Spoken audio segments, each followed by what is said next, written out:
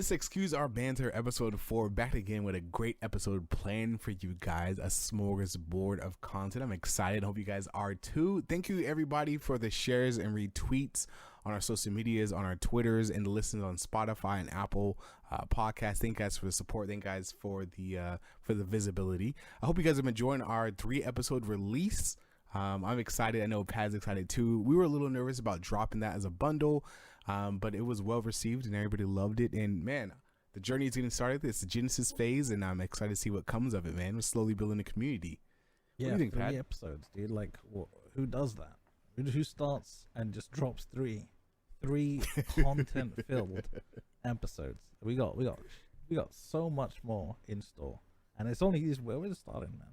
This is episode 4. We're in the birth. Episode 4. And we've been brainstorming, putting our heads together and plotting in the shadows, and we might bring on some guests. Some people you guys might know, some people you might not know, some people you'll get to know. It'll be great, it'll be dope, and you guys will we're excited about it. We have a lot planned, guys. A lot planned. More people, more fun.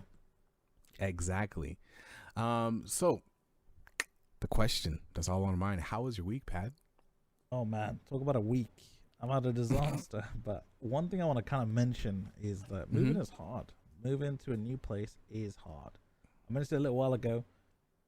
Moving is crazy and horrible, and you gotta pay for all this kind of stuff, and it's crazy. But it is. It's horrible. But when you settle down, you kick your feet up, you have a nice cup of tea, and everything is sorted out. Everything is good. It feels good. And especially when you move in with a significant other, it's a different experience. I've done it only once, one other time where I've lived with a significant other, but wait, really? Yeah, that was horrible. That was horrible. Wait. The moving or living with a significant other, was that horrible? Yeah, back in university, it was shit. I hated it. But now I feel like an adult. I'm more of an adult, and I have more rounded adult responsibilities. Okay. Yeah, like I'm working. Taking care of the house. I'm cooking sometimes, and yeah, it just feels good. It feels good. I feel like I'm much more mature than I was when I was 18, 19. It's just I'm just a different person. That's a different sound. Sami V2, Oh, V2.1. Okay, look at you upgrading your software. Exactly. Oh, no, I'm right there with you. Relationships, you don't know your significant other, and I think a lot of people listening can definitely relate to this. You don't know your significant other till you move in with them, till you live with them. You might like this girl, this guy, and you're like, oh man, they're amazing, they're great, we communicate, everything is great, the sex is awesome, we hang out, it's so like you can cut the sexual tension with a butter knife. When you move in, people get comfortable. People's flaws start showing, pros and cons start showing. You start to notice things about people that you didn't notice. Right? Hygiene, if they clean up after themselves, if they leave stuff in the sink. I know a lot of those small things can get to people. Right? Yeah. And then you get finances. Oh, we went out, we're going to the movies, you're gonna pay, am I gonna pay? We need groceries, are you gonna pay? I'm gonna pay. We both need gas, you're gonna pay. There's so many things that come up because when you're separate, right? When you both live in 2 different places, you come together as one. I mean, you don't gotta worry about that stuff. When you get into argument, you can go home, lay your head down, go to sleep, you're good. Talk about the next day. Yeah, when you move in with someone, I've only moved in with one other person, romantically as a partner, and I think it was great. It could be amazing, it could be phenomenal, like just being able to lay your head down with somebody, cuddle, snuggle, share your moments, build a home together. It can be phenomenal. And I think that is the part that I like the most. Obviously, anyone would, the cuddling, the snuggling. Oh yeah. The loving, all of that part is great, but I think the parts where it's not so great, I think for me, and I think my significant other would also say that I'm pretty crappy in is I think men take a long time in the toilet, and I take a long time in the toilet. Let me ask you a question. Are you on your phone? Yes. Yeah, I am too. Yes, I'm just sitting there. I'm relaxed, like It's like a personal me time, right? You're Bro, it's like it's like a nice peaceful safe space. Exactly. Bro, I do it every morning. I get up, go to the bathroom. I was in there yesterday, and I don't know if you ever had this happen to you. My legs fell asleep. Oh yeah, 100%. Because you kind of lean, you lean forward, your elbows, and then and then you're like, oh, here we go. So you gotta have to sit there, and then you kind of have to stand up and hold yourself up in the bathroom while your leg wakes up.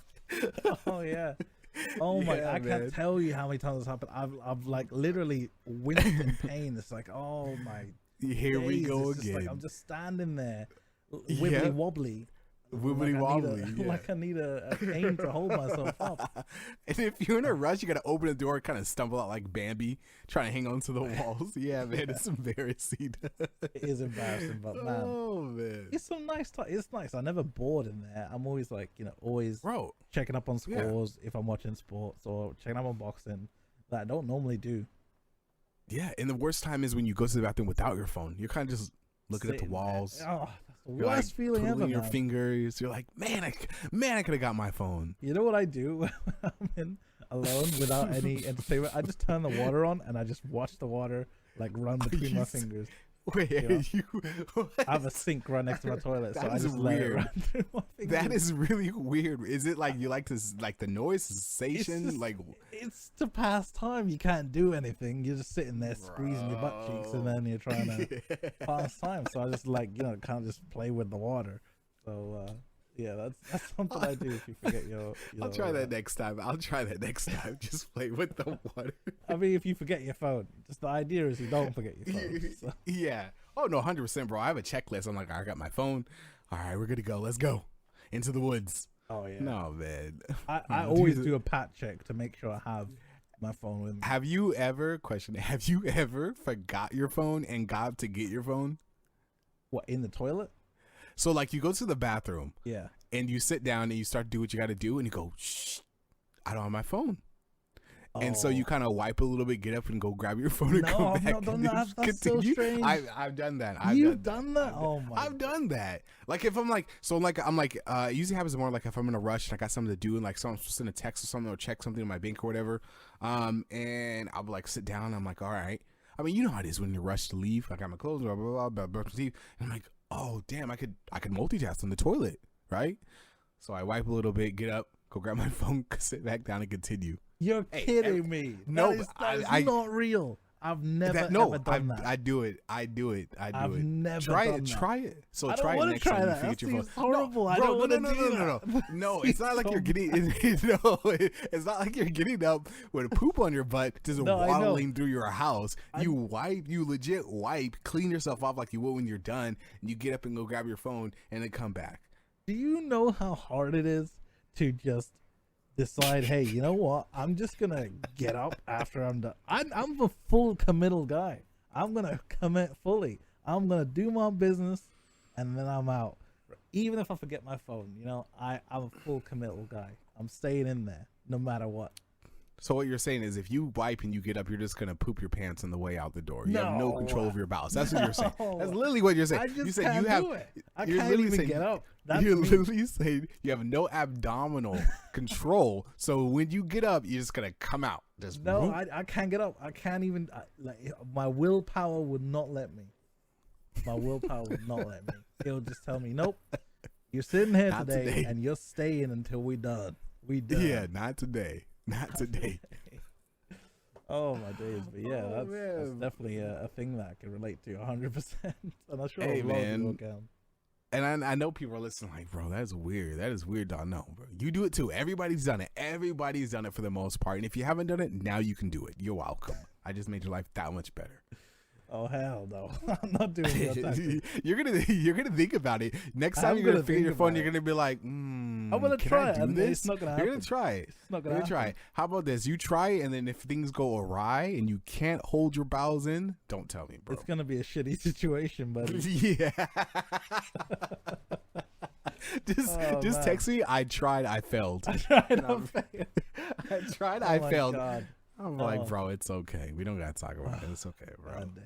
I'm not doing but that. that's good to hear. I'm glad your move's going well, man. I'm glad everything's going well. Oh, there's still so many issues, but yes, for the most part, it's good, right? For the most part, it's okay. Well, that's good, man. It's always interesting to move into a new place. You know that feeling when you walk into a new place and it's like got that new shoe smell. You're like, oh man, how many weeks or days? And I want to say this question to the audience too. How many weeks or days do you feel like it takes to make that house a home. You get me? Like for that feeling of, because I mean, essentially you're just moving a bunch of stuff in. You sleep there a couple of nights. It's always interesting the first couple of nights when you sleep in a place you never slept in. Do you sleep well like a baby, like you normally sleep everywhere else? Never. Exactly. It's kind of like sleeping. Everything is set up. That's when I feel like it's perfect. And you get comfortable, right? It's kind of like sleeping in a hotel. I mean, I don't know. I know there's some weirdos out there just like, I can sleep anywhere, anytime. I can't. Sleeping in a hotel, I sleep, but it's not like I'm well rested the next day. So your body's kind of like, maybe it's like your body's just like, I'm alert. You don't fully go into like REM sleep or whatever you want to call it, fully deep depths of, I don't know what I'm trying to say, of sleep. Your body's kind of just like on the edge, like you're asleep, but at the same time your body's aware. I don't know, maybe it's because you're in a new environment, or who knows. No, but I agree, because every time I go on holiday, you know, whenever I'm in a hotel, even if the bed is super comfy and super nice, I just can't sleep on it. And I think it's that familiar feeling that makes you go to sleep, or like makes you feel comfortable. Exactly. You know? Yeah. It might take you 3 days to actually sleep properly, but by that time you're already done with your holiday pretty much, right? Yeah, because I mean, you know that feeling when you walk into home, it's like, a weight off your shoulders. You put your bag down, take your shoes off, take your pants off, walk through the house. Exactly. You know, it's like a breath of fresh air. Yeah, that's what I'm talking about. How many days it take? I think it's like a week and a half, right? Especially if you. It was like 3 or 4 days, but that was once everything was set up and my girlfriend was here. That's when I could sleep properly. But there was a lot of ifs before I actually got like a decent sleep. Yeah. All right. Cool. So let's jump into. And do you want to talk more about your move or what's going on? Oh no, I just wanted to ask in general. It's like, I'm pretty sure everyone can relate. Like, how many days does it take for you to get fully comfortable in an unfamiliar bed? You know, and whether you're on holiday or whether you're at home or you're moving. Like, I'm actually genuinely curious to find out that answer. A little micro rant, and I know a lot of people could equate to this. Have you ever gone to a friend's house, or you've stayed the night somewhere where you're not like an Airbnb or or like a hotel, right? A hotel, prime example, like a hotel or motel, and you use the bathroom. Do you walk in barefooted? That's tough, man. I'm always wearing socks, but at the very least, I'm wearing socks. I'm not wearing. Wait, you wear socks in the shower? Not in the shower. You talking about in the shower? In the shower? No, I'm talking in the shower. Oh, in the shower? No, I have to go barefoot. Gotta do it. Okay. What about like a gym bathroom?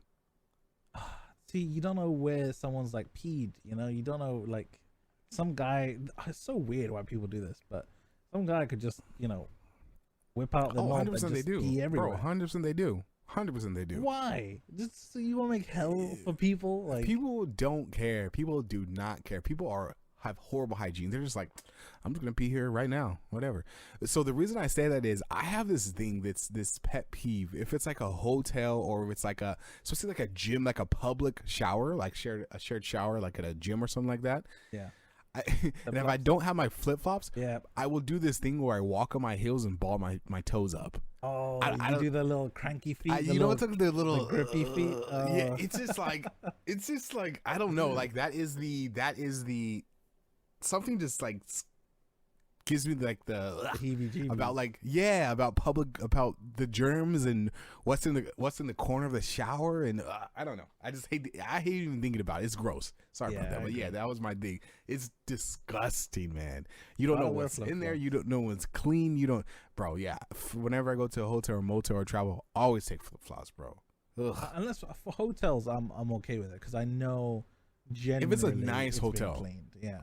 If it's a nice hotel, like if it's like a nice hotel, you're like, nah, we're good. Yeah. But if it's like one of those, you know, just like I don't know, I can't do it. I need some type of barrier between my feet, my skin, and this unknown surface. Unknown territory of ceramic. I can't, bro. Sorry about that, but yeah. No, I get that. I feel that. I feel that. That's fair enough. Speaking of which, right? Mm-hmm. When you're sleeping over your friend's house, have you ever done this when you were young? Right, you sleep over your friend's house for the first time, and then you're thinking, you know, you can't sleep, right? Mm-hmm. Or you might sleep for a little bit, you wake up early, but your friend's still asleep. What are you doing? bro. Do you I ever just get lay that there. moment? You just lay there Yeah. like twiddling No, your thumb, yeah. doing nothing. Yeah, because you can't go downstairs. It's not your house, Exactly. especially if it's like a new friend, right? And you don't really Yeah. know their parents. You haven't been around. I happen all the time. I just lay there in bed. Bro, this And just happened to wait. me. I had very, very bad sleepwalking when I was young, right?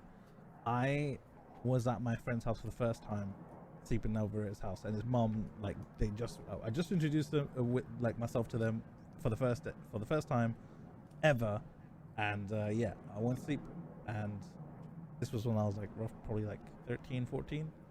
Went to sleep. I woke up, and I'm in the kitchen opening the fridge, and with their dad just right there, and he wakes me up in my sleepwalk phase, and I'm just sitting there like with the carton of milk in my hand. I was very thirsty. That is weird. I started to drink it, and then like he shook me, and I woke up, and I was like, "Hello, who is this?" And I genuinely jumped. I got so scared that like I ran back into the room and fell asleep. Like, that's how scared I was. I thought it was all a dream. It was so crazy. It felt so vivid. Do you currently sleepwalk to this day? No. It used to be really bad when I was young. Like, I did it quite a few times. But then, like, I went to sleep. I woke up, like, nothing happened. Because I thought it was a dream. Because I don't remember when I was sleepwalking. And my friend said, my friend's dad came in and he was like, "Oh, are you okay?" And I was like, "What do you mean?" Like, you were drinking our orange juice from the fridge, and I tried to wake you up, and you were just like standing there. And I was like, "Bro, I don't remember any of that." I would have if I'm a grown adult and I'm like sleepy walking down the stairs, half asleep, and I turn the corner and I see some just person I've never seen before drinking whatever substance out of my refrigerator in a weird trance with their eyes open and won't even, I'm like, "Hey," and won't even say anything, bro. I'm running right back upstairs. I've seen enough horror movies. I am not trying to wake anybody up, bro. My son, whoever's downstairs with this thing, good luck. Another son, another daughter, good luck, bro. Because I've seen enough horror movies to know if you touch whatever's down there and you wake that thing up, you're getting gobbled. Bro, I don't want to imagine what it was like being his dad, you know, like him seeing me for the first time, and then I'm just sitting there like drinking his like orange juice or whatever. Like, I don't even remember. This is not even my memory that I'm saying. This is someone else's like version of events that's happened. So like when someone's telling me like I did something, and I'm like, I don't recall that because that was not me, you know, like it's so weird, it's so surreal. Like, and I used to get that quite a bit, you know, like. My friends used to say, you were just standing there holding the door knob, and you stood there. Like, bro, you would never come out. You would never come out of my house. Bro, I was never ever again. There was about 4 of us. It's a separate situation. There was 4 of us all sleeping, and then I stood there in the middle of the night. Like, at some point I got up and I just put my hand on the doorknob and I just stood there. And all my friends were telling me, like, they were trying to they were trying to figure out what was going on, like, why I wasn't opening the door. And one of my friends came up to me and they looked me in the eye. My eyes are open, but I'm just standing there still like a freaking mannequin. Yeah, so like a possessed demon. Like, that's so weird. For me, I have no idea. Like, I don't remember that. But your eyes open? My eyes were open. Bro, that is weird. Bro, I don't know what happens when, I don't know what kind of scientific phenomena it is, but it's so trippy because I don't remember it. I'll probably still sleepwalk. I have no idea. But for me, I don't remember anything. I could probably get away with murder. Well, actually, I probably won't get away with it. Okay, you probably, you definitely won't get away with it. You won't remember it. That'll be the weird. In jail, you're in prison for life. Like, what did I do? You don't remember it? Oh, man. Yeah, that's a documentary right there. That's a Netflix documentary right there. 10 people, and then you went to sleep. And I'm like, bro. No, I didn't. I was like, no, I didn't. I didn't kill anyone. What are you talking about? I don't remember anything. Jeez, you probably end up in a psych ward 100%, bro. Good luck. Like, you're going to a psych ward, bro. That would be the worst. Oh my! Oh, there's got to be a movie made about that. 100% there's a movie made about that. That is weird, man. How about we just write that script and sell it to Warner Bros? I'm so glad. That is weird. I'd be worried. I'd be worried. Like, say you like your sleepwalk gets progressively worse and worse. Like, you start to go farther. And I know there was this. I know there's this a couple years ago out there was this lady on TikTok. I don't know her name. I think a lot of people probably have thought about it. And she became big on TikTok because she would sleepwalk, and she put cameras up in every room of her house, and she would literally just walk to the front room, do like a dance, make some weird noises, chase the dog around, and the husband would have to come in because he's like, oh, here we go again. I have to walk in and wake her up. So yeah, I mean, she would do this every night, and she would literally, it wouldn't just stay like in her room. She would go to the front room, and then she would go outside and roll around in the grass. Like, imagine like getting like the keys, getting in your car and driving. Oh my God, I don't think I could. I don't think I have that much mobility to do that when I was a kid. Like, I don't think I could have like opened the door and get out and then walk around. Weird, right? I don't know. Like, because I know it's hard to imagine. That's weird. I don't remember it. Like, yeah, like there's even a lot of those to this day will sleepwalk. Imagine like waking up and then finding like a bunch of groceries in your. So there are people that actually cook, cook a full blown meal, bro. Appetizers, entrees, and everything. Sleepwalking, yeah, 100%, bro. I'm like, that is weird. It's kind of like you're not asleep. It's just like. It's like you're not asleep. Your body knows what to do. You're grabbing stuff. You're turning stuff on. You're not hurting yourself. So your body is like an autopilot. Like you're a robot. Yeah. And you're just not turned on all the way. That is the weirdest thing. Do you know, like, imagine being for like it, all my experience, right, of that happening, and it's only happened, I don't know, a handful of times, right? But I've never gone to the second floor or gone up and down the stairs while I've been in that situation. To my knowledge, it could have happened. But I don't remember, or I've never been told that I've moved a flight of stairs when it's happened, right? There was one instance that I remember where I woke up in the middle of sleepwalking, and that's because I was scared of my own reflection. When I looked in the mirror while sleepwalking, I woke myself up, and I was scaring myself to heck. I literally, I was. Imagine like, you know when you see something from the corner of your eye? That and it's like it darts. That literally happened with my sleepwalking. I looked at the mirror. I thought it was someone else chasing me. I looked at the mirror again and I woke myself up. That's the only time I remember waking up. That is like, it's like you're a prisoner in your body and someone else is controlling your. That is weird, man. Imagine like. People probably think I'm some sort of like what if you're devil possessed? Or demon or being possessed or something. What if? Let me just throw a curveball, right? I'm random. Oh, no. What if you sleepwalking and you're just possessed, and you're just inside your body, and at that moment in time, a spirit is over controlling you? No way. I'm saying. Think about the next time you sleepwalk. I'm just saying. I mean, I'm scared, bro. Something to think about. You're welcome, everybody. I don't remember like doing it recently. Luckily, I'm 26 now. That's happened. The last time I've ever heard someone talk about that was when I was like 14, 15, right? So that was ages ago. So hopefully never again. That's been 10 years. I've not done it in 10 years. Yeah, man. Hopefully never again. That is weird, man. That is weird. It's a scary thing. That is a scary thing. Thankfully, I've never had to sleepwalk or never ever sleepwalked, or I've never known anybody person that sleepwalk. I've never seen someone sleepwalk. Imagine being a spectator to someone just on autopilot. That must be a scary thing. Yeah, I wouldn't be a spectator for a very long time. I'm running. I'm out. Running. Yeah, man. I'm out there with the doorknob in my hand. I'm just stuck. If I wake up and you're between me and the door frame, and you have the door open, and you're just standing into it with a light on, looking at me, bro, I'm going right through you. I'm going right through you, and we are never hanging out again, bro. Funnily enough, I never got invited for a second night out with that guy and his family. There you go. That was it. That was it, bro. Oh my days. It was so funny though. Like hearing about something that you've done is so much more funnier. Like I have zero idea. It's like being drunk. Whenever you're drunk, you don't know what's happening. Yeah. But like someone else accounts funny like moments with you, and then it's just like, wow, I did that. That's like dope. Yeah, 100%, man, 100%. Oh man, but this week, did you watch anything? Have you been playing any games? I have watched Prey Prey is this brand new. It's a brand new movie on Hulu, and so basically, it's in the Predator universe, Alien vs Predator universe. Yeah, I had man, a feeling that it sounded familiar. It's good. Like, it's good.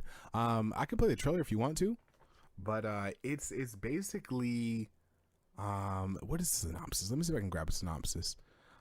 It's like that weird dog, like bulldog alien. That thing used to scare me. I remember watching one of the earlier Predator films with what's that guy's name? Sylvester Stallone. Yeah, it was Sylvester. Yeah. Yep. And it scared me. That thing was scary. I used to be scared of like going out in the woods and seeing a predator trying to like kill me. My favorite character in there was I believe it was the Chinese guy with the samurai sword. And he would cut himself in the chest, and he would bleed himself out and then attract it. That was scary. Yeah, you're talking about the older ones. But I want to give a huge shout out to Amber Midthunder. She played Naru. Phenomenal. I really haven't seen a lot of her films, but she's phenomenal. I recognize her. She killed it. She got a lot of accolades on social media. People loved her. Obviously, there were those dimwits on social media, but we'll talk about it later. But pretty much synopsis is it's set in the Comanche Nation 300 years ago. Prey is the story of a young woman, Naru, a fierce and highly skilled warrior.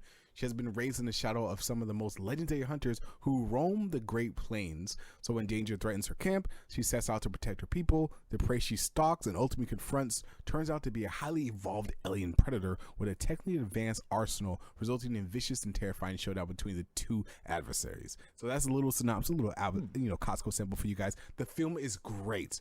It is great. When I saw the preview, I had this on my calendar on my phone, and when it came out, I binge this. It's a movie. It's not. So when I first heard it, I thought it would be like a TV show, which would have been phenomenal. I feel like they really could have made this into a TV show. Delve deeper into Naru, her background, her relationship with her brother. They have a really cool dynamic in there with her tribe. That would have been amazing. But it's a movie, nonetheless. It was phenomenal. Dude. So it was great. You'll love it. Is it set in prehistoric times, or is it set in like modern time with guns and stuff?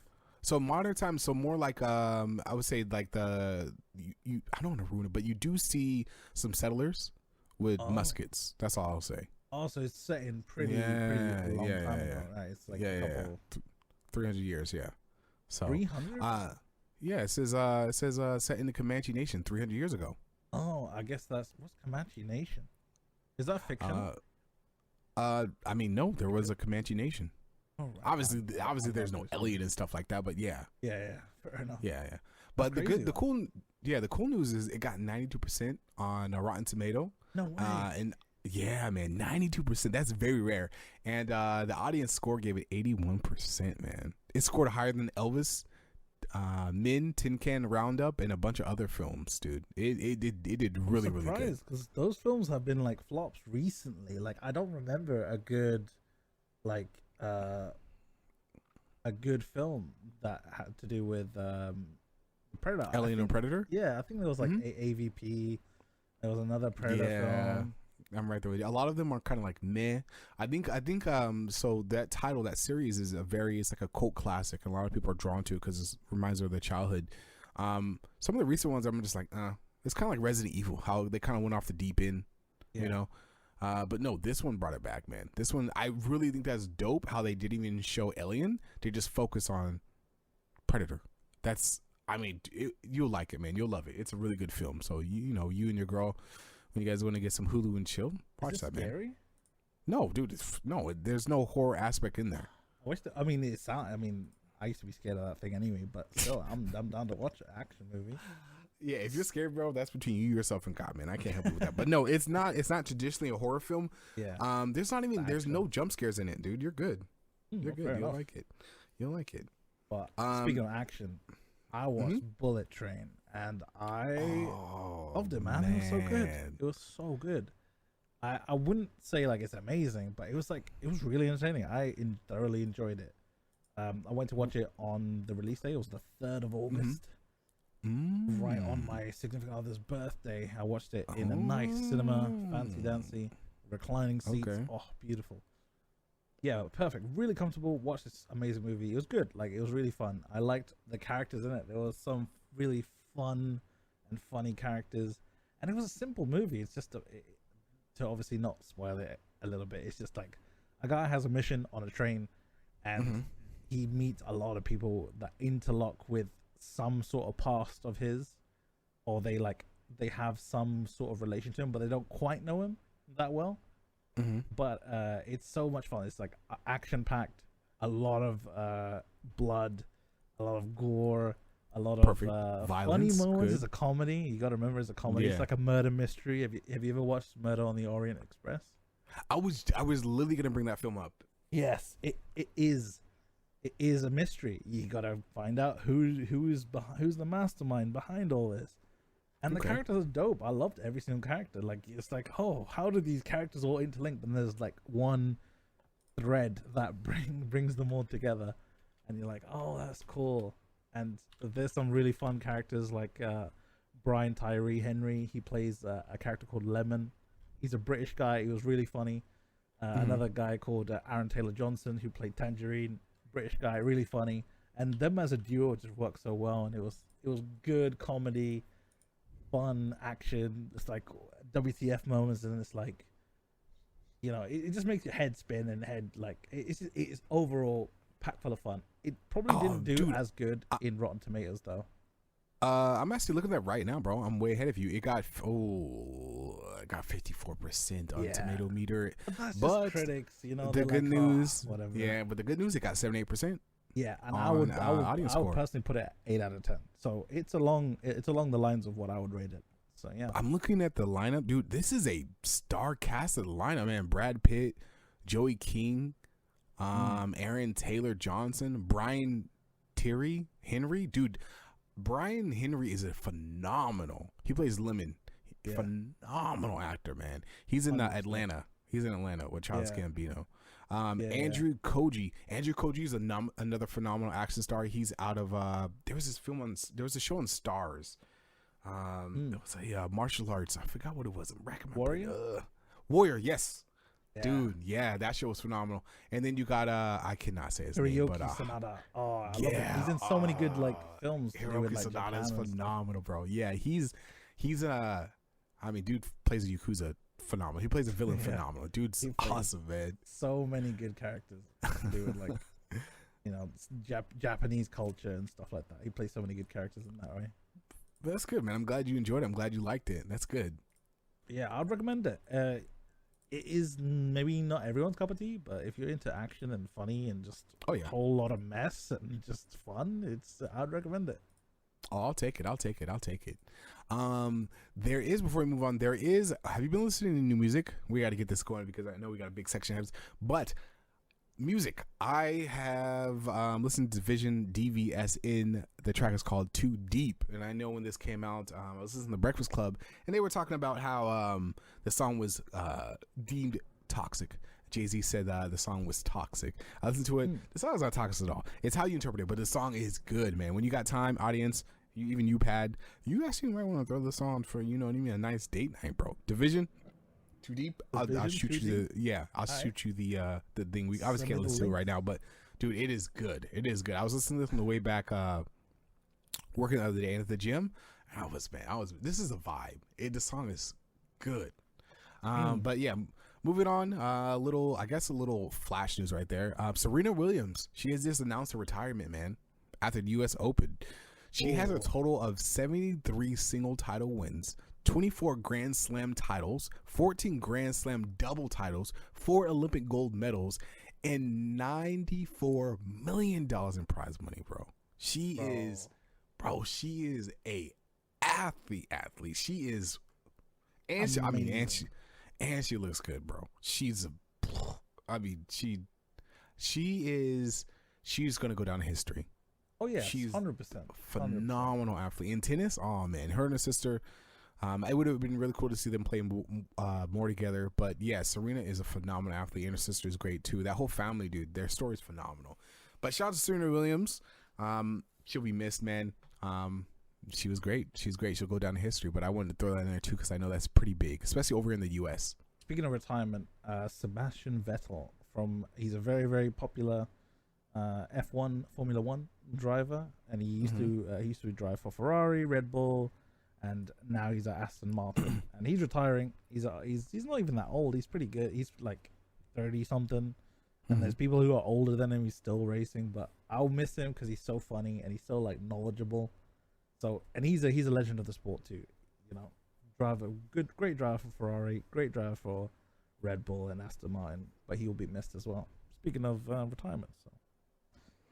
Yeah, there is something to chew on. I know this is kind of volatile, but there is I kind of just want to throw this in there. I was actually on Twitter a little while ago, but apparently there's this hashtag, hashtags going around, hashtag delete Facebook. So I clicked on it, and apparently Facebook gave Nebraska cops a teen's DM so they could prosecute her for having an abortion. What? Exactly. Dude, a dystopian nightmare and a half. This is wild. So this kind of came to fruition when they passed that law. Everybody was panicking, rightfully so. There's a huge conversation going on, and now that's been I believe Biden's actually made a what is it called? It's pretty much when the president makes a decree kind of thing. Yeah, decree. So he's kind of like overwritten it, but yeah, a Nebraska teen, she's facing criminal charges. For alleging she aborted a fetus in violation of state law. So obviously Nebraska. So this is what everybody's. There's two parts. So people are obviously upset about that, which nobody should ever be charged criminally for, having an abortion, regardless of what anybody thinks. And then you have obviously after authorities obtain her Facebook messages, that is what throwing everybody for a loop. Facebook has been in the headlines and been this controversial platform for quite some time. A bunch of different fiascos on Facebook, them sharing your data and vice versa, blah, blah, blah. But yeah, man, Facebook went out of their way to give the DMs of her and whoever went to, probably her parents or a friend, to charge her. That is crazy. I want to make a statement. I don't want to talk too much about it, but because it's very political. But I want to say that abortion care is health care, man. It is a human right. It is 100%. I don't care what you're pro-life, pro-whatever, right? It is basic health care. You need that's a whole rabbit hole. Control. Is there women should take control of their own bodies? It's not like 100%. I think the easiest thing we could also say: why should anybody have control over anybody's body? Whether it's a woman or man, why should you be able to put laws in place where you have control over anybody, not your body? And I don't want to go down a rabbit hole, but I can talk for days. But yeah, that's where me and Pat stand. That's where this podcast stand. I'll say there's sensible laws about it, and I say Britain has a good one. There's like a limit of until like obviously it's growing inside you. When it grows to a moment where it's like kind of developed, I guess you know what? I'm not even gonna say anything. That's the whole conversation. That's the whole conversation, and I don't think men should have any part of it. Yeah, exactly. I think what we should do is support women, and I don't think we should have any part of it or any say so what they do with their body. That's where I stand. And can you imagine like the police knocking on her door, like, bro, the police open up? That just makes me what upset. What have I done? And that she's panicking. She's going through something. And then find out Facebook dropped her. Yeah, that just, bro. I can feel myself getting upset. Can you imagine bro? The police like open up, police open up, and then it's like she's like, fuck. Well, I mean, like what have I done? What did I do? What have I done? You were talking. They said alleged. Allegedly, you did alleged. This. Man, you better get out. Come on, man. There's murderers, robbers. Come Put on. your energy somewhere else, man. Yeah, don't even get take me your started, energy bro. somewhere else. I love it. How old was she? Do you remember? Bro, it's a teen, so. Okay. Yeah, man. She was at home with her parents when this all happened. Yeah. 13 at the least. Like that's a child, man. Come on. Yeah, man. Yeah. But yeah, let's move on. And so I know there was this really cool Reddit thread. This is part of our social bants. We have a new segment called Social Bants, where we pretty much just go on social media, grab something cool, give it to you guys, and we have a nice little chuckle over it. So this was actually on in Reddit. And do you want to do this one? Yeah, social banter. So yes, one thing that I found on Ask Reddit actually was basically, what do you consider the biggest threat to humanity? Like, we're talking about people controlling other people's bodies. That's a threat to humanity. But let's change it into less political, something more lighthearted, interesting ones. So, what would you first? I'll just start off the bat. What would you consider the biggest threat to humanity? Okay. I might get a little deep with this one. I Some think the people might biggest say threat Russia, to but yeah. the biggest threat to humanity is humanity itself. Ego, Ooh, that's a very, greed, that's a very pride. topical, safe answer. You know? Those no, I mean no. That's not even with a safe. That is legit. Like if we want to be real, the threat to humanity is humanity itself. We are literally just gonna destroy ourselves, bro. And we see it every day. Greed, pride, ego, hate, bro. We'll destroy that. I mean, that is my answer. I mean, I could say like some virus out there, or global warming, which are all bad things. But I would say the most direct, immediate, that is from time and time again throughout history, I would say is humanity is its own threat. Ego, pride, greed, hate. Yeah, man. I mean, you see it, the rise and fall of nations. Yeah. Nations rise and they fall. Why do you think they fall? Greed, pride, Yeah, hate. I agree. Definitely agree. I think natural resources are a big threat to humanity. Not only is our reliance so much on it, but also the people that control it. So like we all know that Russia controls a lot of oil, and they're like the number one exporters of oil and stuff. So we have so much reliance on just one single nation that they can just decide, hey, you know what, I kind of decide that I don't want to give you any more, so now what you gonna do, which they're kind of doing right now. So look what happens. The gas prices increase, the petrol prices increase, the diesel, the food, the grains, like everything has a knockdown effect, and it affects you and me. Like we can feel it. It's tangible. It's direct effect. You can feel it. Yeah, you literally can feel it. Prices increase, energy bills increase. Crazy how one nation can influence the whole world. Yeah, I mean, I feel it in the UK, and you feel it in the US. Yeah, it comes from. I mean, that's a whole nother conversation. But getting your resources from another nation, which isn't directly bad, because there needs to be trade across the world. It's just when things happen like this, when nations and countries are pitted against each other, things can happen like this. So yeah. But in the thread, I know Reddit has some good answers. What are some of the good answers in Reddit? It's probably the same things: geopolitics, the oceanic eco collapse. That's the top answer that we got. But I think it's like the ecosystem's collapsing because we're hunting either too much, or we're destroying things. We're hunting things to extinction, or we're just allowing them to be extinct. Is kind of like the common answer you're getting. Oh yeah. Another cool one was stupid people. I mean, they summed it up pretty well. I've seen a couple that says willful ignorance. That goes hand in hand with what I said. Greed, incompetence, malicious leadership. Also Mississippi. But it says Mississippi. Someone says Florida. But yeah, I see that short term. Yeah, man. Let me see if there's any more interesting ones. Yeah, I see that full oceanic collapse. Yeah. It's projected to be in 2048. Social media. What about social media? Bro, yes. Same thing. Big. That ties right into ego, greed, hate. I think social media is, and this is interesting. I think social media is where everything is magnified times 1,000. Hate is magnified times 1,000. When you're attracted to someone, it's magnified 1,000. Everything is magnified 1,000. The humor is magnified 1,000. Like basically, it's the stage for everything. It's like a one-stop shop for like what is it? Endorphins, right? Dopamine. Dopamine dump. That's it. Yeah, it's a one-stop shop for a dopamine dump. I mean, I'm not gonna lie. I don't think I have an addiction to social media, but I find myself on there quite a bit, just doom scrolling on Twitter. Oh yeah, everyone is kind of everyone. I don't think you can avoid it at this point, right? No, it's a part of life, man. Unavoidable. I used to live life Twitter free, Facebook free, all the social media free until like recently, like I'd say like when I turned 18, when Twitter was blowing up, I jumped on Twitter. I was more active on that, and then Instagram, Vine back then, and then everything following that just jumped on it. You can't really avoid it. Even TikTok, I tried to avoid it. I thought it was a kids app, right? Oh, we all did, bro. We all did. I was like, TikTok, I'm not gonna do some funny dances on there. Exactly. But then, like, the big COVID happened, and bang, everyone's suddenly on their phones all the time. Yeah.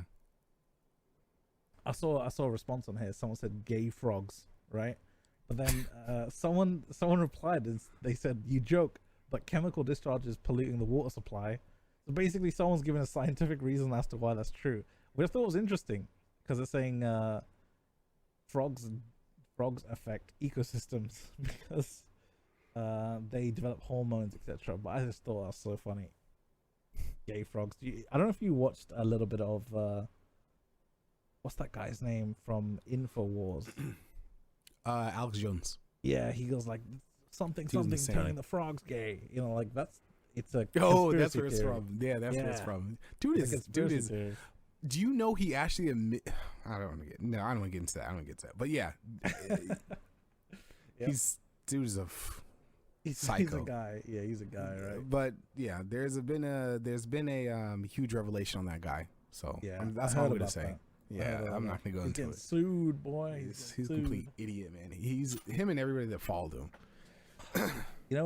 One thing that I saw, and this is a little bit on topic, but back in the day, there was a huge lead poisoning issue, right? And it was because like an American company, they created an additive to like petroleum that made petrol like, I think it was like more, it was better. It was just a better petrol quality, right? But we all know that lead causes poisoning, and they ignored it for the longest time, and they sold tons of this lead additive for petrol, right? They sold tons of it, that so much so that we feel the effects today, right? This was in the 1920s, and we still feel the effects today because it's in the water. The water levels, or the lead levels in the ocean increased and stuff like that.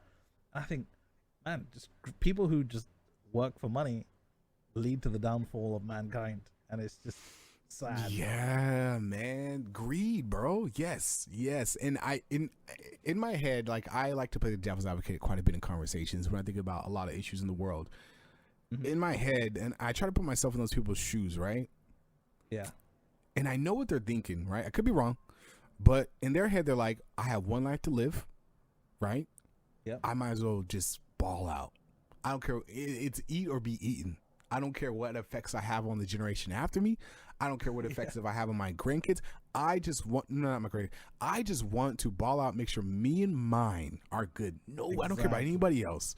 I will make this product to pollute the water source. I will dump here. I will add these additives that aren't safe, so we can sell millions of this product that's not FDA approved or snuck under the radar, so I can make money. I don't care about anybody else but me and mine. That's how I feel like they think. 100%. And like, that's the thing. A lot of the stuff that happened back then, we have regulations for now, but it's just back in the day, they ruined it for us now, and we kind of feel it in a big way. But not all's bad. Let's change the topic a little bit to a lighthearted one rather than man. Yeah. Besides talking about sleeping and pooping and everything, we covered the fact that you can't control your bowels. But I did want to talk about what I want to talk about today was stereotyping, right? Okay. And mainly what we kind of have to live through, on a day-to-day basis, like being ethnic, myself, you being black, you probably have like stereotypes yourself. I have stereotypes myself, and some of them, they're not all bad, but some of them are quite interesting. So like, for example, right, in my culture, I have a Pakistani culture, and in my culture, there is a stereotype that you have to, be a doctor or be like an engineer, right? To which I am an engineer, right? Fair enough. That's beside the point, but I'd say that's a good kind of stereotype. But then you have some bad ones, the racist ones, and you have like some funny ones, like I don't know how far I could take it, but like there's a stereotype in the UK where all Asian people, I say Asian because I am Asian myself, South Asian people, my type of Asian, they all look the same because they have the same exact haircut, and they really do, and it's like a skin fade with like a slick back comb over basically, and they all pretty much present themselves in the same exact way. So if this happens, this is my friends as well. Every single one of my friends have the same exact hairstyle, and they walk around, and you can barely tell them apart because they're either like brothers or whatever, and it's quite funny. I myself, I don't have that type of hairstyle because my hair is naturally curly, so I don't have that kind of thing. But you know what? I wanted to ask, like, what kind of day-to-day stereotypes do you feel, or do you kind of get? And are they good or are they bad? So the interesting thing about stereotypes is this a generalization. It's a observation from the outside, from a different, obviously, race or creed looking in, and pretty much saying this is the common denominator. I've seen this a lot. This must be how they live, who they are. Like I said, not all of them are bad. Generalizations, not all of them are bad, right? But I mean, we know the very detrimental racist ones. You know, no one's got time for those. Me, myself, and I, what have I got? This one, I think a lot of my fellow African Americans, brothers and sisters, you could definitely equate to this. I've got this quite a bit in my lifetime is you speak very well. Surprisingly. You're well spoken, like it's a compliment, and I know them saying that they think it's like a compliment, like, wow, you're very articulate, you speak very well, you don't talk in slang. Who cares about talking slang or not, right? I'm no better than anybody else. But the fact that they say it, and this happened to me at a job interview. Crap. Yeah, man. The manager, we were talking in an interview, and he says, "Yeah, I'm surprised you're very well spoken." Like, would you say that to anybody else? Any other Tom, Dick, and Harry Sarah that came off the street? Crazy. Like, I would agree. Yeah, man. I've definitely seen that. Yeah, man. I would say that one. And I'm in the Northwest, so you know I really don't come across it quite a bit. But I imagine you would down south in other parts and maybe the Midwest. But yeah, I've got that one. What else have I gotten? No, but speaking a bit about that one, I was gonna say, like, whenever I've had this situation before. It's like where, you know, I have a full-on British accent, but I don't. I'm not a white person. I'm half African, half Pakistani. So you know, like I get this kind of look when I speak. They're like, wow, I didn't expect that. Yeah. And they're like, oh, I expected you to speak, and I'm like, what do you mean? And they're like, I expect you speaking like this a little bit, and I'm like, oh, and I'm like, what? Man, bro. I'm like, what? Yeah. I'm like, what do you mean, man? Yep. And obviously, like, depending on the situation, you can't react in the way that you'd want to react. You know what I'm saying? Oh, bro, I would. I do. I confront people, not like violently, but I'm like, what do you mean? Bro, what are you trying to say? Hands, man. I want to throw hands. Like if someone ever said that, it's a hypothetical. No one actually has said that to me, but if like if that ever happened to you, you'd wanna react. It's racist. It's crazy when someone says like, "Oh, I expect you to be." In your instance, I expect you to be not so well spoken. I expect you to be a certain way because of the way you look or the way you are. It's crazy that people do make those generalizations, and it is detrimental. It doesn't help. I think the general kind of overarching kind of theme here is like you want to make generalizations, but in a good way, in a positive way, rather than a negative way. So if you do see a community where it's like they have these issues where there's no education, how can you better like improve that situation rather than before you also assume that the community has no education, how about you actually ask and find out? Exactly. Right? How about you participate? Yeah, people make stereotypes or generalizations that come from assumptions. That's the best way I can say it. Right. And maybe maybe it stems from like way back in the day, right? Where you would have to obviously hunt your food, scavenge, right? I mean, out there where it's do or die with animals, maybe it stems from them. And I know a lot of people are going, no, it stems from, and I get what the people are going to say right now, but maybe I'm just playing devil's advocate. Maybe it stems from just, obviously as human nature going, this group or this entity, these animals or this environment, it's bad. I should stay away because, there's danger, right? But Exactly. they take that and just like anything else, the human race, they mold it and they twist it and they use generalizations as ammunition to hurt people. So we've all heard those before. This is the way I like to think, or like people try to see if they can get me with it, right? I've had plenty of people, coworkers that are racist or whatever, right? And they're all like, oh, if the pack of wolves, if you see a pack of wolves, you ain't going near them. But then I also say, like, those are animals, right? We each are human beings with like rational thinking, rational choices, and decision making and thoughts, emotions. We have everything. These animals are like instinctual. They react on instinct. They react on hunting, on nature, on what they're presented with. They don't have opposable thumbs. They don't have a community where they can like share and buy things and talk. They can't do that. They react on instinct. So when people say you wouldn't go near a pack of bears, would you? What do you mean?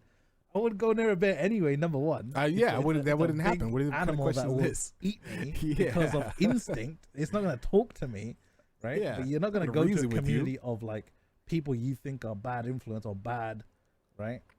And then go in there and be like, oh, they're going to eat me. No, or they're going to kill me or whatever. You got to... Exactly. There's a difference. There's a difference. We have common sense. Exactly. We have rationale. We have reasoning. I don't want to say animals don't, because animals are really smart. But there's definitely a fine line. And then with that said, I was gonna ask, do you think us as humans, we'd be, if we were out in the right, if we take away our technology, our electronics, our guns, give us the bare bone necessities, spears and axes, do you think we'd be still at the top of the food chain? You taking us back to the Stone Age? Yeah, man. Just random question. Yes, I'll tell you why. It's because we still would develop weapons, right? We have opposable. The biggest weapon we have are thumbs, and it allows us to hold things and maneuver our hands in a way that we could climb, we can grab, we can, pull apart, tear, and twist. Okay. Where most animals, like let's say a tiger, they only have claws in which they can scratch. Yeah, they can only scratch and pull. So yeah, they don't have much maneuver. They don't have many motor functions. So us as humans, we got the biggest advantages of all. We got thumbs. It sounds weird to say, but we got thumbs. No, that's actually a good point. Yeah, sorry about that random injection, but yeah. No, but that was cool. It makes you kind of like think. It gets you involved in that topic. But stereotypes are really difficult, and they put you in a situation. And there's a lot of people with the old mindset, and it's not excusable. Oh man, nope. You need to we need to move in a modern era, but we always have people pulling us back. And it goes back to the question that we asked on Reddit, that was asked on Reddit about what's the biggest threat to humanity, and it is ourselves. It is our own humility and our respect towards each other. Yeah, willful ignorance. That's exactly what it was. Yeah, like all of this stuff relates is because like if we open ourselves up to different kind of experiences, yes, naturally, and I would say this is okay. This is a normal thing to do. If it's a dark alleyway and you see a bunch of people in the alleyway, you're gonna you wouldn't really go there. I don't care what their color is. I don't care what they look like. Just common sense. I wouldn't really go there. It could be a man, a woman, whatever, right? I wouldn't really go there. Just like if there was dogs in the alleyway, I wouldn't really go there. Yeah, a group of dogs. Well, I ain't trying to pay any of them. I ain't trying to go near any of them. I'd rather take the long route around. Yeah. You are alone. You're vulnerable, and just like animals in nature, you want to find the safest way around. That's the only comparison I will make to animals. But we have our own, like I said, rational thinking. So, I wouldn't do that. And sometimes it could be a safe option. Yes, avoid certain types of people to be a bit safe, whether they be tall or they're dressed in a certain way. It could be safe for yourself, but at the end of the day, if you're making them to be safe and not to be, I guess, racist is the best way to put it, that's fine. Like there's going to be bad neighborhoods, there's going to be bad places, there's going to be bad people. If you can avoid them, that's perfect. But like I said, not everyone is like that. Yeah, comments. I have another one though, which I've got. It kind of stems from the same one, but I've got this from some interesting people. The one that says, what do they say? You don't talk black. Oh yeah. Right. And me being young, I wouldn't say I was very self-conscious about this. I've got this from, fellow black people. But when you're young, right? You're young, you just say what's on your mind. People just say what's on their mind, right? I remember I invited this girl to go in a corn maze. She goes, what's a corn maze? She said, black people don't go to corn mazes. I was like, well, this one does. I've actually got that and growing up, I actually got that in my 20s too. From certain people, they're like, oh, you don't talk black. And I'm like, how do black people talk? Yeah. Right. Exactly. Oh, slang and this and that and this, and they say this and they say that. Well, have you maybe looked outside of television? Outside of movies? Outside of music? Have you actually met different types of black people? We're not monolithic. I think that's what gets a lot of people. Black people are not monolithic. Asian are monolithic. Middle Easterns are monolithic. Russians are not monolithic. Europeans are not monolithic. We are all not the same. And I think people love to put people in. As a human, we love to put others in boxes because it makes us feel like we know everything. Exactly. Right? We love to. Oh, well, you should act like this. You should speak like this. You should move like this. You should dress like this. Right? Yeah. And as society, we are so pressured to fit in these boxes all the time. This is what black people should be like. This is what Asian people should be like. This is what Mexicans should be like, right? This is what white people should be like. Everybody's so forced. Everybody's like, you have people trying to put you in a box, and you either go, do I want to be in the box so I can assimilate, so I can be cool and I can be comfortable, I don't be judged, or do I just want to be myself? I'll still be judged. No matter what, you'll still be judged, right? That's an interesting thing now that you just mentioned. Just to quickly add on to the box thing, is when people put us in boxes, we kind of just naturally fall into them anyway, right? Mm-hmm. So then we will struggle now to get out of those boxes, and when we do, we feel misaligned, right? So let's say ostracized. Yeah, yes. Like let's say you have a group of friends that are majority Asian, right? And you yourself are Asian, right? And you're hanging out with them. That's all you know. Those are your friends. You don't go outside of your comfort zone. Now, when you do, when you do get out of that comfort zone, those same people will look at you different. And the place that you go to, let's say it's a group of white people, they will also kind of point, you would be the odd one out of that group. But now let's say, like, you are going into a brand new school, right? And you see a group of Asian people, and those are your people that you know. What kind of thing do you do now? Do you like go over there and assimilate, or do the people assimilate? Yeah, they go what they're familiar with. Yeah, they go what they're familiar with. That's the thing, and we naturally trend towards those things. And I can say from firsthand, that's always been the case for me. I've always trended towards either Africans or either South Asians, where I look more like them, I talk like them, and I am basically them, right? So that's a weird thing that I found, and we trend to it, even though we don't want to. As kids, what can you do? We trend towards it. But I wouldn't even say that's a negative thing. That's just that's kind of like goes into survival, right? As a human, your nature is to be like, let me go with what I understand, where I feel comfortable. Survival, because they understand me. I won't be judged. I'll be comfortable, and in this new environment, I'll be able to, get information to survive it. It's just human nature.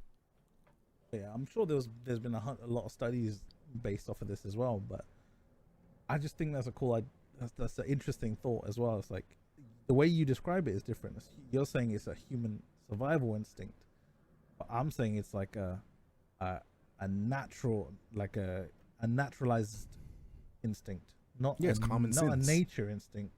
It's a naturalized instinct where instead of going to, like, for example, okay, you're an Asian, you'll go towards an Asian because you're Asian. Not like that. I mean more like you're trying to, this is very difficult to explain, but no, you got this. You're going outside of your comfort zone. So you want to be somewhere you're comfortable. Yeah. You want to be comfortable, but you don't want to have to be in the same, always with the same people, right? Always with your kind, as it were, your kind, quote unquote. But you don't want to be in that situation. You want to be You want to be open to everyone, right? And society has kept us in these boxes. Like, we're safe. We feel the the false sensation of safety in our group. Oh yeah, yeah. Right, because of the way that society is. Right, we've always grown up that way. So I'm saying we need to change that. We need to go into a society where anyone can hang out with anyone, and there is no nature and there is no natural instinct to go to what you are or what you're comfortable with. I don't think anything's wrong with going to where you're comfortable at all. But I get where you're going to. Just saying we should be more adventurous. Exactly. And I would say I want to actually branch off that and say, like, you as a human being, I don't care what anybody says. If you are born and raised in Texas and you live your whole life in Texas, you are not living life. There are the majority of the views you have and the people around you are the same. You won't be challenged. Your perspectives won't be challenged. Your viewpoints won't be challenged. Your logic won't be challenged. To live your life as a well-rounded human, you need to travel, whether it's to a different state, whether it's a different part of the neighborhood, whether it's a different part of the country, right? You will not know what life offers and how good you have it or how good others have it or even the possibilities about life until you visit other countries. That is a fact. I agree. Right? And people have all these assumptions and generalizations and stereotypes in their head because of where they grow up. Well, you know how you dismantle them? You know how you change them? You know how you gain more knowledge is by going outside your comfort zone where all those ideas are challenged. Travel, man. Travel. Make new friends. Right? 100%.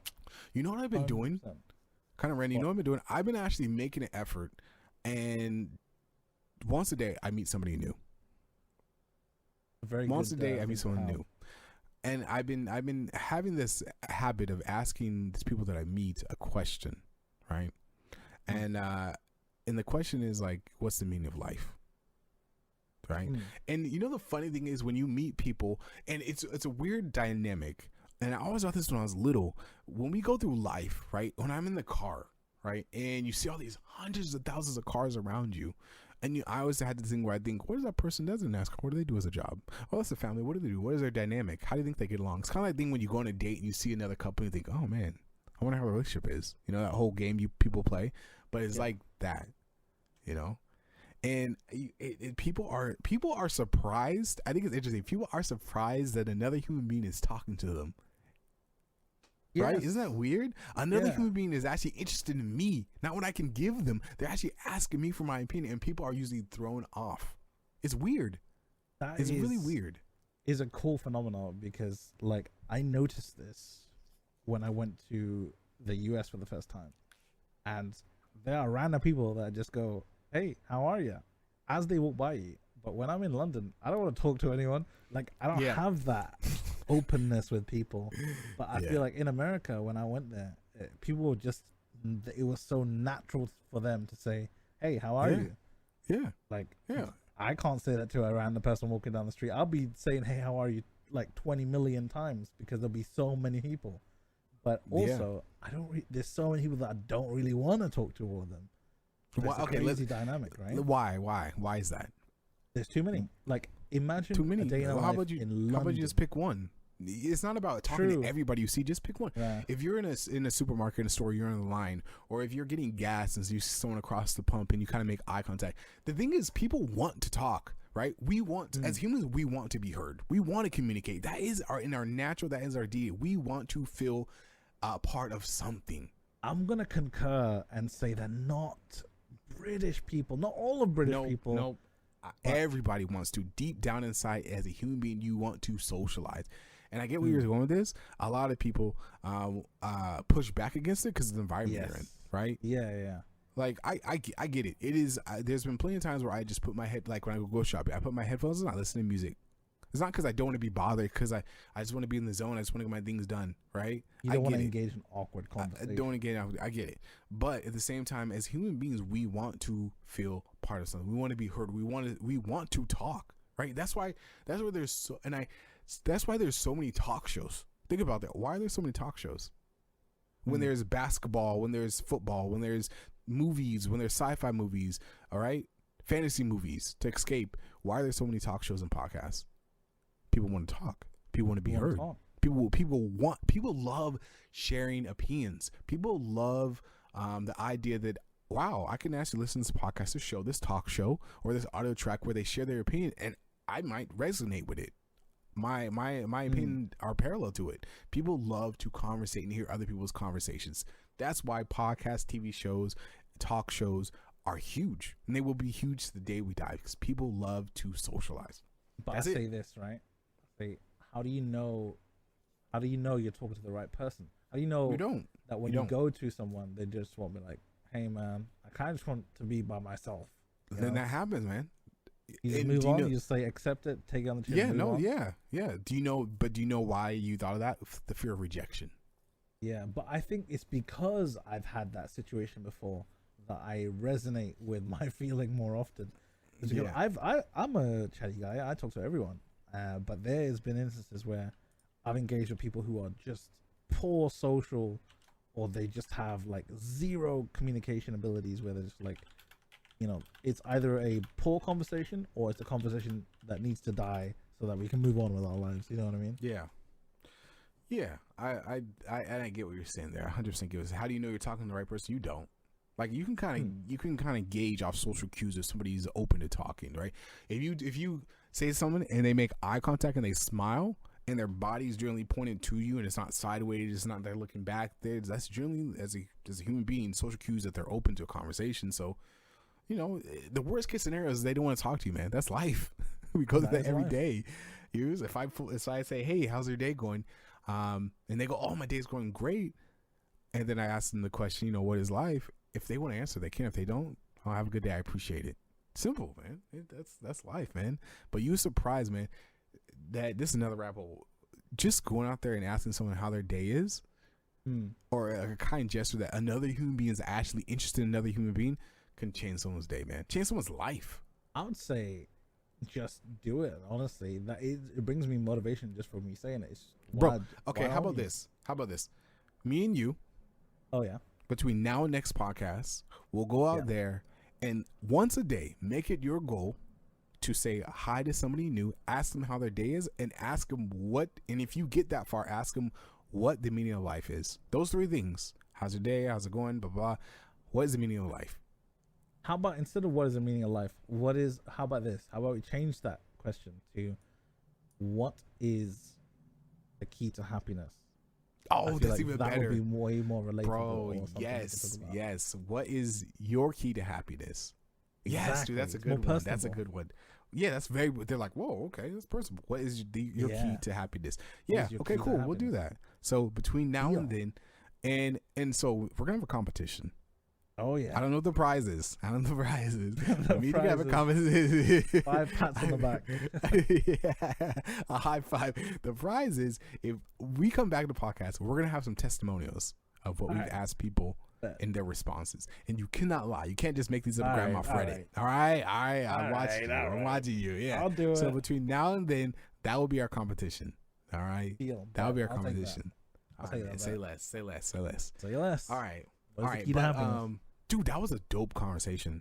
I love conversations like that, man. Deep thought conversations about humanity and life. Because the reason I like them, because we're not monolithic. We're so different. I think as humans, we really don't even know ourselves. That's why you see so many shows and so many documentaries about, Morgan Freeman. I think he had one a while ago. Like, what's the meaning of life? Oh, no, it was about religion. Is there a God? Right? Because as humans, we're curious. I'm curious, man. Call me Curious George. I am curious. I love talking to people. I love conversations.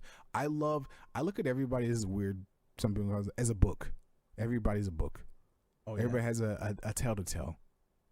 Everybody has good stories, bad stories, but they're stories nonetheless. Exactly. And if they could just open up and give me a paragraph of a page, phenomenal. Blurb. Yeah. Phenomenal, man. I think that's what life should be about. Getting little pieces of knowledge throughout life from social media, from people, from your family. That's what life's about. That's how we live our life. We get little snippets, information here and there throughout life to navigate. Some people are Harry Potter novels, and some people are cookbooks. Like some people are very simple, and some people are very, you know, they have adventures and stuff, and I think both are fine. You know, it depends what you're looking for. Yep, I agree. There's so oh yeah, we're coming up with time. So there is a I think me and you both saw this. There is a there's a video. Oh yeah. Where is it? Know. Where is it? Oh, here it is. I'm gonna screen share this on Discord with you. Obviously, the viewers, you won't be able to see this, but the good news is we are planning to bring cameras so you can see our lovely faces with our voices and see the content that we're showing on screen too. So we got a lot in store. Can you see it? Yeah, I can see it. So in the bottom right, I didn't see this before. It says when you skip leg day. Oh, I know where this is going. Yeah. All right, give me a second. Let me play this.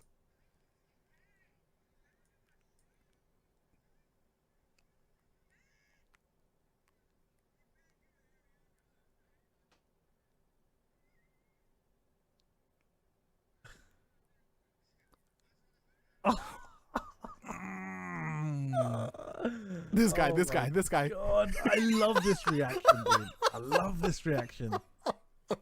Bro. I love this reaction. You know, that's probably the same reaction I would have. I have the same reaction.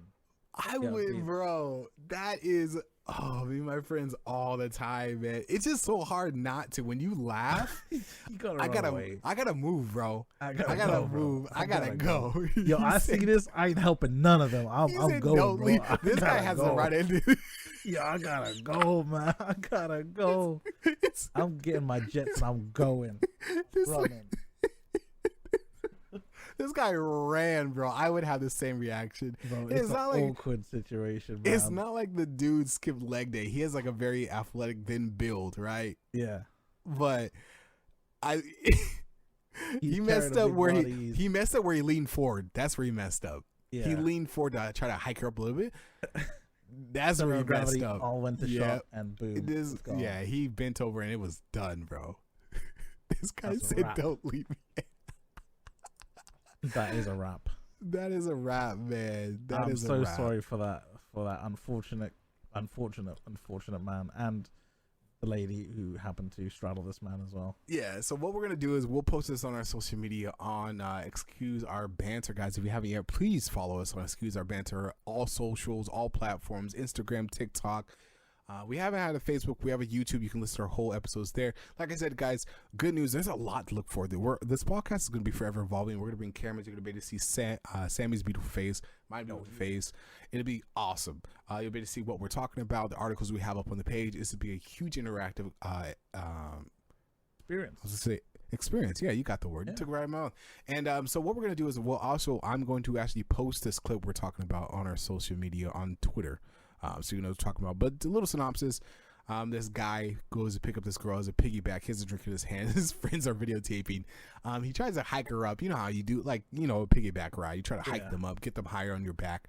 And he leans forward too far, and she goes. She just goes, and she's just laughing. I would love to see this guy, the main guy, his reaction, but the camera swivels away to his friend running down the street saying, you know, he's just laughing. I have had that reaction so many times where you just see something funny, you laugh, you just move. You move. Gotta go. Oh, man. I've also laughed so hard that I can't breathe, and that's the worst when you can't breathe. Oh, yeah. I've been in that situation before. But, yeah, this has been a dope episode, man. This episode flew by, man. I will say one thing, man, and props to you, Sammy. Episodes with you get better and better each time. Oh yeah, because we're getting more. We're naturalizing. Yeah, we're getting a little comfortable. I would say there's a huge difference between episode 1 and now, because we're like in our zone. We know how each other move. It's. Exactly. I look forward to this, bro. Every week. I look forward to this. And one thing I want to do is down the road, I would love to put out 2 episodes a week. Oh yeah, but that's down the line. We have more time, so yeah. The only way we do that is when if the guys start demanding more. We need you guys to shout out. Supply and demand. And as our community grows, demand will grow, and we got you guys. But there's a lot in store, man. There's a lot in store for you guys. So I hope you guys enjoyed this episode. I really, really do. We talked about quite a bit Serena Williams. We talked about human dynamics. We talked about moving in with people. talked about, sitting in the toilet, your legs falling asleep, walk around like Bambi. I think this episode, like I said, get better and better. It's phenomenal. And I hope you guys really enjoyed it. Do us a favor. If you guys do listen to our podcast on YouTube, on Spotify or Apple, give us the stars, up the ratings, give us a thumbs up on YouTube, give us some stars on Apple and Spotify. Leave a comment. Just say, hey, I really enjoyed it. Or, even give your opinion. We would love your opinion. I want to read some. We would love to read your opinion. And how about this? Every episode, if we do get comments and stuff, we're gonna read them about the previous episode. So if you go in there and if you go in there and leave your opinion about the topics we spoke about, or if you think something is funny, or a little pushback, we welcome pushback, a little push and pull. Drop it in the comments on YouTube. Drop it in the comments on Spotify, Apple TV. Give us a thumbs up. Give us some stars, man. But yeah, this is the start of something amazing. And I appreciate you guys joining us on this journey, man. Yeah, thank you, man. It's been so much fun. I actually enjoyed this episode quite a lot. It's my pleasure. It's my pleasure. But like I said, guys, in the future we already have some guests lined up. Some of you might know. Some of you might know. Some might be. I have some really cool people coming for you guys to be on the show. So yeah, hope you guys enjoyed episode 4. You already know who it is. Donald.